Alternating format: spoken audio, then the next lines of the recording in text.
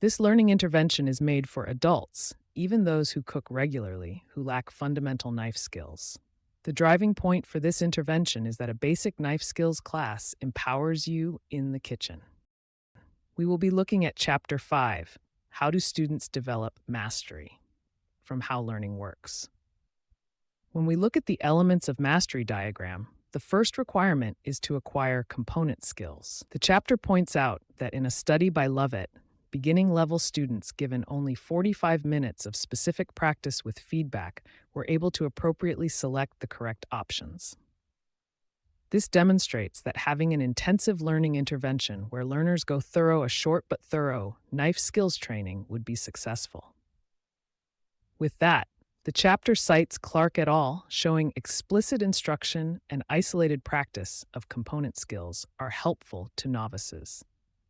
For the purpose of entry-level knife skills, I agree that the knife skills must be taught isolated from other cooking processes. While they should eventually be incorporated into a whole task practice, the first steps should be focused on alone.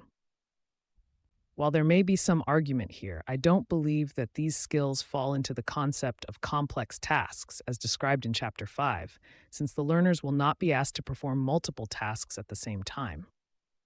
Higher levels of a cooking class may require a learner to, say, cut chicken while also sautéing vegetables, but that does not apply to this course of study. Application of knife skills is also rather straightforward, since learners are adults with a pretty clear understanding of whether or not using a knife is appropriate.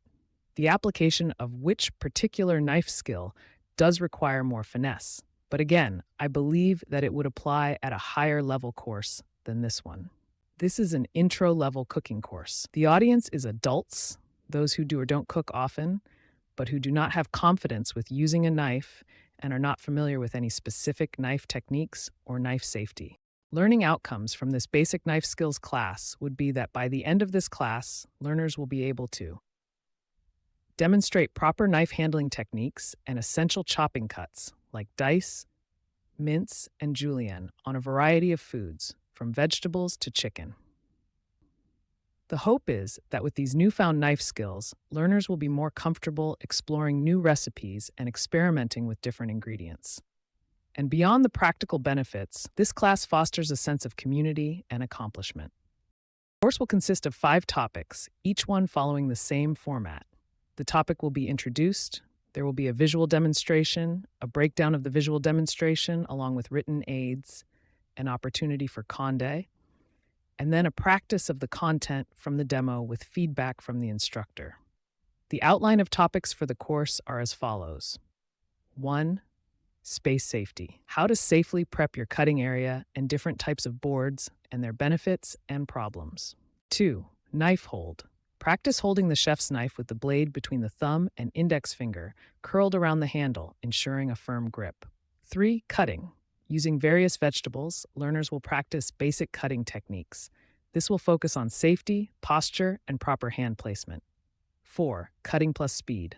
Once learners have the basics, have them work on adding in both speed and accuracy while still keeping safe. 5. Altogether, learners will demonstrate proficiency in knife skills under different conditions. The final topic is also the learner assessment. Learner assessment statement is as follows. The learner will correctly hold the chef's knife and execute basic cutting techniques precisely and safely. The assessment follows the concept of near transfer, since the contexts are all fairly similar, with only variations of the core elements, such as the type of knife or cutting board. When considering the acquired complement skills, practice integrating skills, and know when to apply skills, sections of the elements of mastery diagram, it's clear that not every learning scenario neatly fits.